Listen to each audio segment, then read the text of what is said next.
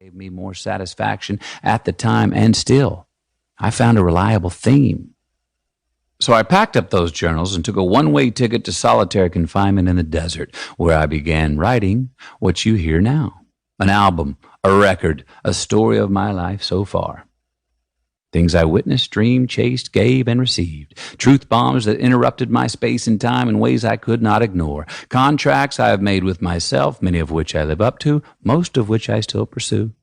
These are my sights and scenes, felt and figured out, cools and shamefuls, graces, truths, and beauties of brutality, initiations, invitations, calibrations, and graduations, getting away with, getting caught, and getting wet, trying to dance between the raindrops.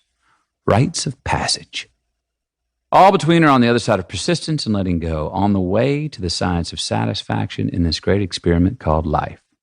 Hopefully, it's medicine that tastes good. A couple of aspirin instead of the infirmary, a spaceship to Mars without needing your pilot's license, going to church without having to be born again, and laughing through the tears. It's a love letter to life.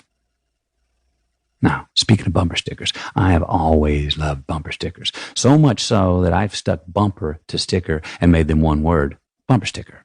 They're lyrics, one-liners, quick hitters, unobtrusive personal preferences that people publicly express. They're cheap and they're fun. They don't have to be politically correct because, well, they're just bumper stickers. From the font they're in, to the color scheme, to the word or words they say, a bumper sticker tells you a lot about the person behind the wheel in front of you. Their political views, if they've got a family or not, if they're free spirits or conformist, funny or serious, what kind of pets they have, what kind of music they like, even what their religious beliefs might be. Over the last 50 years, I've been collecting my bumper stickers. Some I've seen, some I've heard, some I stole, some I dreamed, some I said. Some are funny, some are serious, but they all stuck with me, because that's what bumper stickers do. I've included quite a few of my favorites in this book. The sole objective is the pursuit of the singular finish with only the arrival in sight. This is what brings us together.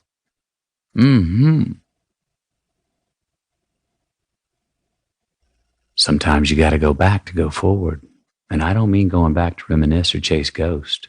I mean go back to see where you came from, where you've been, how you got here. That's me from a Lincoln ad in 2014. You might remember that one. It got parodied quite a bit. Sold a lot of cars, too. So, how did I get here? Well, I've earned a few scars getting through this rodeo of humanity. I've been good at it. I've been not so good at it. And ultimately, I've found some pleasure in all of it, either way. Here are some facts about me to help set the table. I am the youngest brother of 3 and the son of parents who were twice divorced and thrice married to each other. We grew up saying, I love you to each other. We meant it. I got whipped until my butt bled for putting on a Cracker Jack tattoo when I was 10 years old. When I first threatened to run away from home, my parents packed my bags for me. My dad wasn't there the day I was born. He called my mom and said, only thing I have to say is if it's a boy, don't name him Kelly.